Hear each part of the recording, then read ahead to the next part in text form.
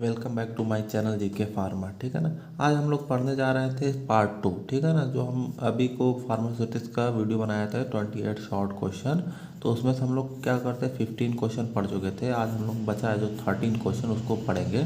तो हम लोग देखते हैं अगला क्वेश्चन क्या है। Name two emulsifying agent. Emulsifying agent क्या होता है? जो इमल्सन जो होता है जैसे कि वाटर और ऑयल है, ठीक है ना, इसको मिलाने के लिए जो एजेंट किया जाता है, जो हम लोग ये इमिसिबल होते हैं, तो इनको जो मिलाने के लिए एजेंट यूज किया जाता है उसको कहते हैं इमल्सिफाइंग एजेंट। तो कौन कौन सा होता है? सोडियम फॉस्फेट और मस्टर्ड। ठीक है ना। अगला क्वेश्चन क्या, what is difference between simple syrup IP Indian pharmacopoeia and simple syrup USP United state pharmacopoeia. तो सिंपल सिरप आईपी, ठीक है ना, सिंपल सिरप आईपी में क्या रहता है 66.7% डब्ल्यू सोल्यूशन ऑफ सुक्रोज। मतलब जो सुक्रोज का कितना रहता है परसेंट 66.6 किस में रहता है? प्यूरिफाइड वाटर में रहता है। वहीं कि यूएसपी में क्या रहता है 64.74 डब्ल्यू या तो और 85% W solution of sucrose. Sucrose का किस में रहता है? प्यूरिफाइड वाटर में। ये किसके थ्रू होता है? हार्ड प्रोसेस, मतलब इसको क्या कहता है हीट दे के मतलब बनाया जाता है। और इसको कैसे किया जाता है? Prepared by cold process. ये किसके थ्रू होता है? कोल्ड के थ्रू बनता है। और इसका क्या होता है? ये ज़्यादा स्वीट होता है क्योंकि इसमें सुक्रोज की मात्रा ज़्यादा होती है। ये क्या होता है? लेस स्वीट होता है। ठीक है ना। तो डिफरेंस बताना था हम लोग, तीन तीन डिफरेंस बता देंगे तो इसमें हम लोग के लिए 2 मार्क्स के लिए काफ़ी हो जाएगा। ठीक है। अगला क्वेश्चन क्या है, ट्रांसलेट इन इंग्लिश। हम लोग उसको ट्रांसलेट करना है। एसओएस मतलब क्या होता है? कोलुनेरियम मतलब क्या होता है? एसओएस मतलब क्या होता है? Request for.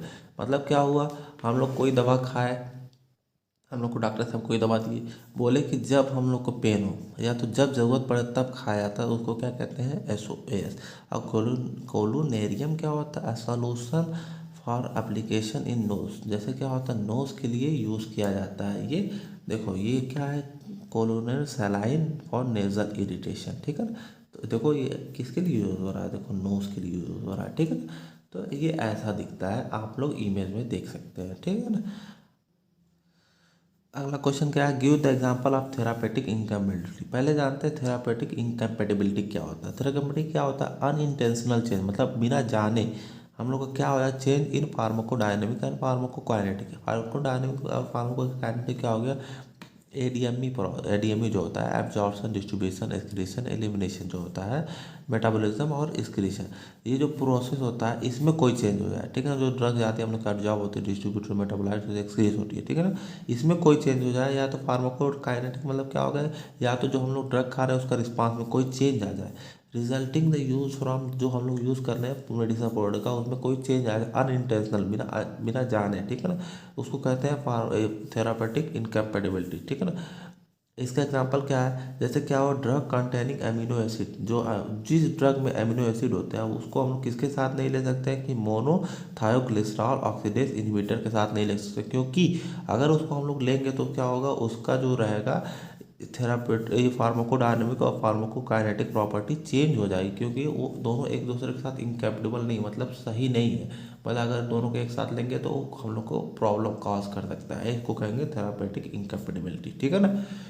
अगला क्वेश्चन इसमें, what do you understand by the symbol R X. R X मतलब क्या होता है? और and signature in prescription. Signature जो होता है प्रिस्क्रिप्शन उसको क्या कहते हैं? तो आर एक्स किस लिए होता है? आर एक्स लैटिन वर्ड से डिराइव हुआ, इसका मतलब होता है रिसीव। रिसीव मतलब क्या होता है? टेक। तो जो आर एक्स लिखा रहता है ऐसे पर्चा के ऊपर, उसको मतलब कि जो आप ये दवा लिए ना आपको लेना है, टू टेक मतलब टू टेक। ठीक ना। तो आर एक्स मतलब ये हो गया। और signature in prescription, the part of a prescription date क्या रहता है? Doctor direction to the patient. Doctor क्या करता है? पेशेंट को डायरेक्शन देता है। एग्जाम्पल सिग्नेचर जैसे क्या होगा? टेक ट्वाइस मतलब दिन में 2 बार लेना है, किसके साथ? फूड के साथ। नोन है सिग्नेचर, या तो इसको सिग भी कहते हैं। ठीक है ना। इसको कहते हैं सिग्नेचर। अगला क्वेश्चन इसमें है, डिफाइन प्रिस्क्रिप्शन। प्रिस्क्रिप्शन क्या होता है? Prescription is a piece of paper, जो हम लोग को डॉक्टर जो पर्चा देते हैं उसको कहते हैं prescription. On which your doctor right, मतलब जिसपे क्या कहते हैं डॉक्टर लिखते हैं, for order for the medicine, medicine लिखते हैं, विच यू गिव, हम लोग किसको देते हैं? केमिस्ट या फार्मासिस्ट को देते हैं, मेडिकल स्टोर वाले को, टू गेट मेडिसिन, दवा लेने के लिए। तो हम सिर्फ प्रिस्क्रिप्शन के बारे में हम लोग से पूछा था, मैं पूरा आपको पार्ट ऑफ प्रिस्क्रिप्शन बता देता हूँ कैसे होता है। पहला क्या होता है, इसमें डेट होता है, फिर उसके बाद क्या होता है नेम एज और वेट होता है, ठीक है ना, दूसरे नंबर पे। फिर उसके बाद क्या होता है सुपरस्क्रिप्शन, जो RS मैंने बताया था अभी को। उसके बाद क्या होता है इंक्रिप्शन, इसमें क्या होता है पैरासीटामॉल कितने mg है वो, उसके बारे में देखो पैरासीटामॉल 500 mg है, ठीक है ना।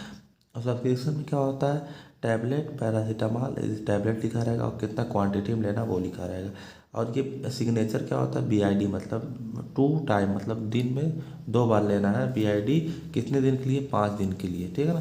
अगला क्या होता है इसमें सिग्नेचर, इसमें क्या होता है सिग्नेचर रहती है और इसमें क्या रहता है रजिस्टर नंबर और सील रहता है। तो ये हो गया डिस्क्रिप्शन के बारे में, अच्छे से हम लोग पढ़ लिया, आप लोग को समझ में आ गया होगा, ठीक है ना। इसमें अगला क्वेश्चन है कि 22 नंबर का, in which year does the most recent edition of pharmacopoeia Indian pharmacopoeia has been publish lately, how many volume does, मतलब इसे पूछ रहा है इंडियन फार्माकोपिया जो लेटेस्ट वाला एडिशन वो कब पब्लिश किया गया था और उसके अंदर कितने वॉल्यूम है, तो कितने कब पब्लिश किया गया था 2022 में 9th एडिशन, और कितने वॉल्यूम है 4th एडिशन। इमेज में देख सकते हैं इंडियन फार्माकोपिया 2022 कितना वॉल्यूम है 1 2 3 और ये 4 वॉल्यूम है, ठीक है। अगला क्वेश्चन हम लोग देखते हैं who is considered as father of pharmacy education in India, तो कौन होते हैं महादेवालाल श्रॉफ होते हैं। उनका देखो इमेज हम लोग देख सकते हैं, ये महादेवालाल श्रॉफ है, प्रोफेसर महादेवालाल श्रॉफ, ये इनका इमेज है, father of pharmacy education in India, ये एजुकेशन को लाए थे फार्मेसी के इंडिया में, ठीक है। अगला क्वेश्चन क्या है, name 1 anti microbial preservative and antioxidant used in liquid doses form.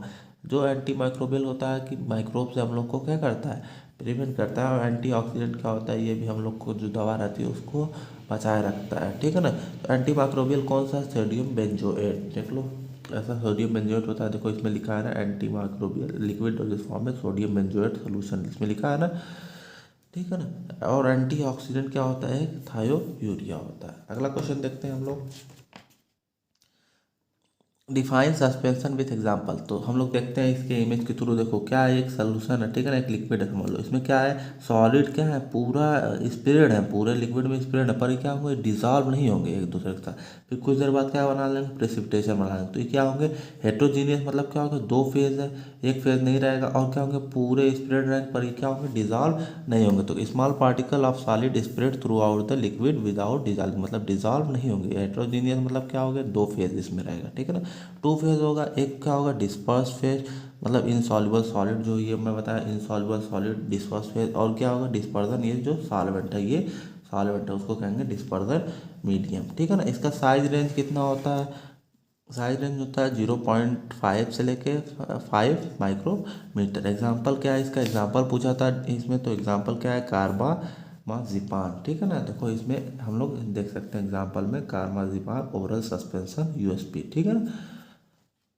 Give example of 2 ointment base, ointment base का क्या है 2 एग्जाम्पल देना है। पहला एग्जाम्पल क्या है सॉफ्ट पैराफिन और वूल फैट। अगला क्वेश्चन नंबर 27 क्या है डिस्प्लेसमेंट वैल्यू। डिस्प्लेसमेंट वैल्यू किसके लिए यूज होता है, जो सपोजिटरीज होता है, ठीक है ना। सपोजिटरी की क्वांटिटी ऑफ ड्रग कितनी है उसके हम लोग को फाइंड करते हैं, उस किससे फाइंड करते हैं सपोजिटरी, ठीक है ना। जैसे क्या है एक हम लोग का एक मोल्ड है जिसमें सपोजिटरी बनता है, इसमें क्या रहेगा हम लोग का बेस रहेगा, बेस कितना रहेगा सब में बराबर रहेगा, ठीक है ना, इसमें बेस इसमें भी इसमें भी बेस। पर जो मेडिकामेंट रहेगा ये हो सकता है इसका जो मेडिकामेंट है, जैसे हम लोग का अलग अलग मेडिकामेंट का अलग अलग वेट होगा, ठीक है। तो इसमें कितना % मेडिकामेंट आ रहा है, तो कितना उसका मेडिकामेंट का क्या है क्वांटिटी कितनी है, इसी को फाइंड करने के लिए हम लोग क्या करते हैं डिस्प्लेसमेंट वैल्यू का हम लोग निकालते हैं, ठीक है ना। तो इसमें हम लोग देखते हैं क्या है क्वांटिटी ऑफ ड्रग, ठीक है ना, which displace in a part of base, base के अंदर क्या होता है, ठीक है ना। देखो ये हम लोग का सपोजिटरी की जो बेस रहेगा वो, तो ये क्या है मोल्ड है, ठीक है ना।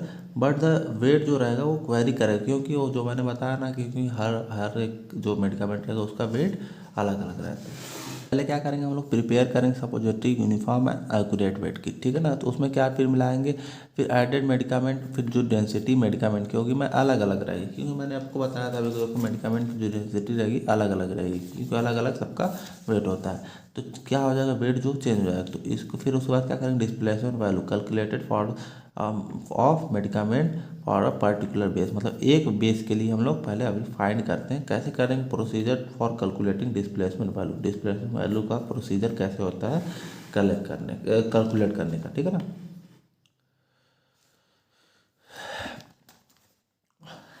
तो प्रोसीजर क्या होता है, पहले हम लोग क्या करेंगे, छः छः ऐसा मोल्ड रहेगा उसको हम लोग लेंगे, ठीक है ना। तो इसमें क्या रहेगा, सिर्फ बेस रहेगा, तो उसको 1 2 3 4 5 और 6 उसको क्या कर देंगे, 1 ग्राम बना देंगे।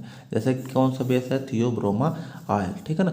फिर उसमें क्या करेंगे, ये जो बेस है उसके अंदर क्या डालेंगे हम लोग, मेडिकामेंट भी डाल देंगे। जैसे इसके क्या करें, इसमें मेडिकामेंट डाल दिए, तो 1 2 3 4 5 6 इसमें क्या बेस है प्लस मेडिकामेंट। मेडिकामेंट हम लोग कितना परसेंट है, 40% है। फिर ये बेस प्लस मेडिकामेंट जो उसका फिर वेट कर लेंगे, उसका जो वेट आएगा उसको क्या देंगे, 20 ग्राम।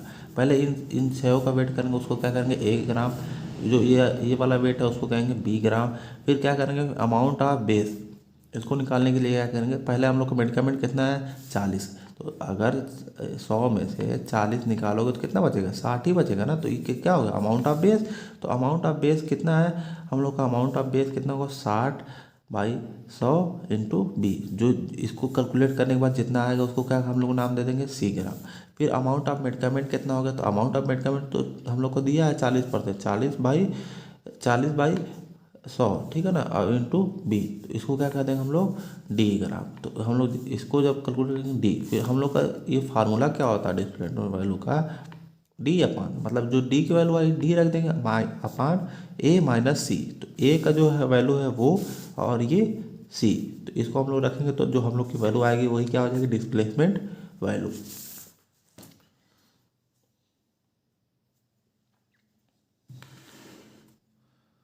हम लोग इसमें एक इमेज भी देख सकते हैं, जैसे कि इसमें देखो सिर्फ बेस है, ठीक है ना, बेस है। और पर इसमें अगले वाले में जो हम लोग मिलाया था, जैसे इसको 1 ग्राम कर देंगे, इसको 20 ग्राम, तो इसमें क्या है, बेस प्लस ड्रग। तो यहाँ बताया ना, देखो यहाँ पे सिर्फ बेस है, यहाँ पे क्या है, बेस प्लस मेडिकामेंट, मतलब जो ड्रग।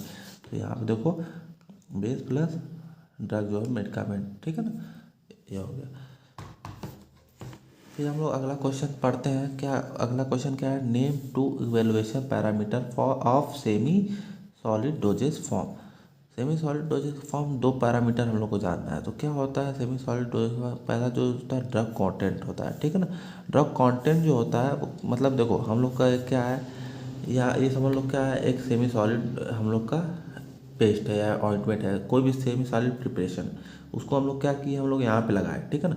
जब स्किन पे लगाएंगे तो ड्रग का जो कंटेंट है, मतलब यहाँ पे देखो कितना mg ड्रग है, ऐसा हम लोग को हमको यहाँ पे चाहिए हम लोग को 40 mg, पता चला कि यहाँ पे सिर्फ 20 mg है। तो हम लोग का जो इसका रिस्पांस है वो क्या है, कम आ गया, क्योंकि यहाँ पे 40 mg का, पर यहाँ पे मिला कितना है, 20 है। तो क्या ड्रग की कंटेंट कितना है उसको हम लोग को इवेल्युएट करते हैं, ठीक है ना।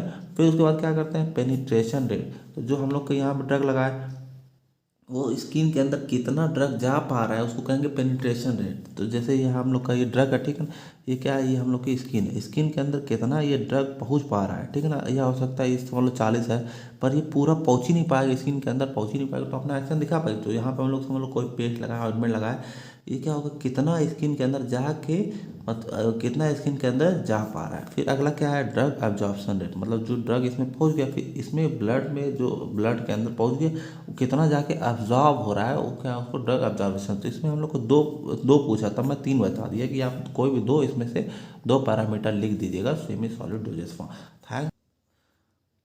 Thanks for watching. हमने क्या पढ़ लिया, 28 शॉर्ट इंपॉर्टेंट क्वेश्चन फार्मास्यूटिक्स का पढ़ लिया, ठीक है ना। इसके बाद हम लॉन्ग इंपॉर्टेंट क्वेश्चन जो रहेगा उसको भी हम लोग वीडियो बनाएंगे, कितना हम लोग को सॉल्व करना है, फिर उसका हम लोग सलूशन बनाएंगे। तो थैंक्स फॉर वॉचिंग, और मेरे चैनल जीके फार्मा को आप लोग सब्सक्राइब कर लीजिएगा। हम लोग इसके बाद हम लोग लॉन्ग इंपॉर्टेंट क्वेश्चन बनाएंगे, फिर उसका सलूशन भी बनाएंगे, ठीक है ना। तो इसलिए आपको इस सब चीज़ के लिए हम मेरे चैनल को सब्सक्राइब कर लीजिए, ताकि आपको काफ़ी हेल्प मिलेगी आने वाले एग्ज़ाम के लिए। Thanks for watching.